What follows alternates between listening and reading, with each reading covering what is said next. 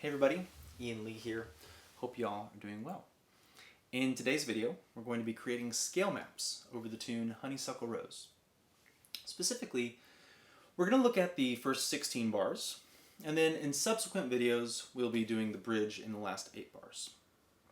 If you are unfamiliar with what a scale map is, it's taking the scales that you're going to be using for your improvisation over a tune and running them over those chord changes in time and in tempo. So you're practicing the scales as they would flow inside of the song versus just running one scale kind of at random.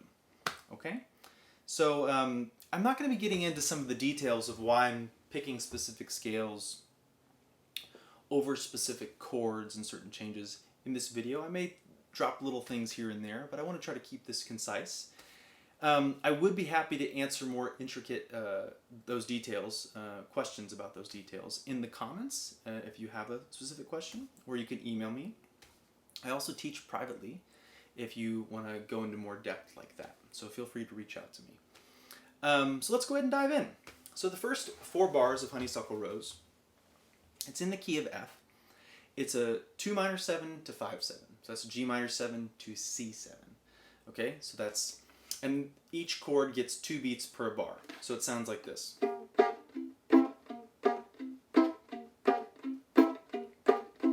In context with the melody, it's every honeybee fills with jealousy when they see you out with me. I don't blame them. That's the next 4 bars. Let's just stay focused on those first 4. Now how we're going to scale map this is we're going to start with the C7 scale. So C dominant, some of you may know it as C mixolydian.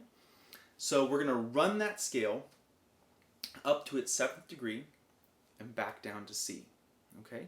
And we'll do that twice. All right. So I'm going to play this for you and give you an idea of how it's going to sound. A 1, 2, a 1, 2, 3.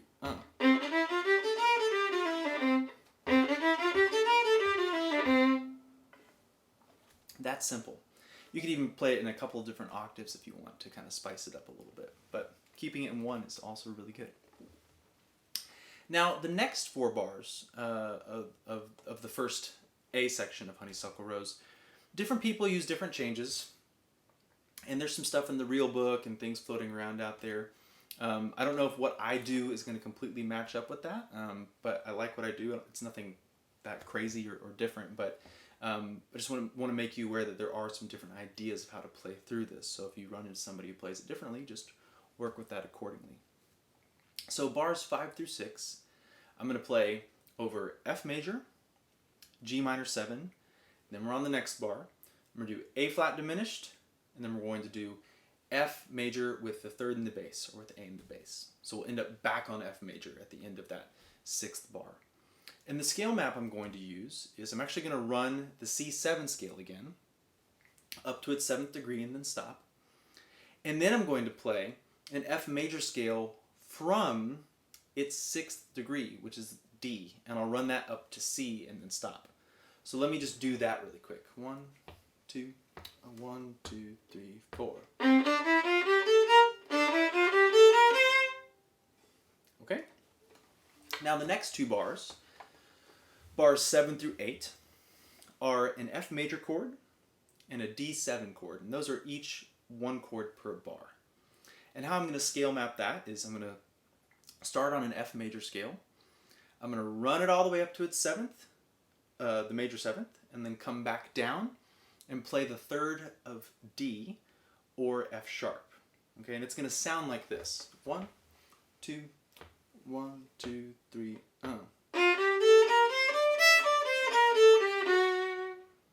And then we're back to the top of the A section again.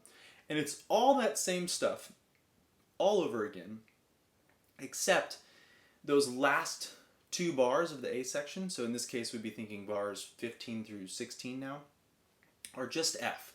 So instead of going F major all the way up to its 7th and back down to the F sharp, we'll just be doing it up and down just naturally. Okay? So I'm going to play through this at a reasonable tempo, so if you want you can play along, and that way you can just hear everything clearly. And I'll go through all 16 bars, and we'll see if I can make it. All right.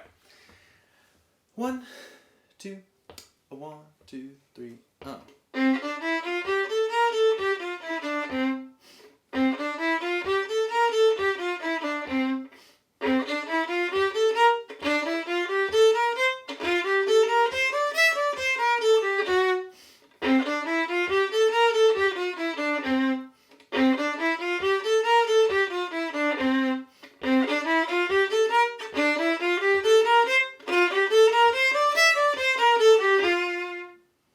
Okay, and then from there, we go into the bridge changes. So what you can do is put a metronome on, a backing track, however you like to play through this stuff, and you can practice these scale maps just like that.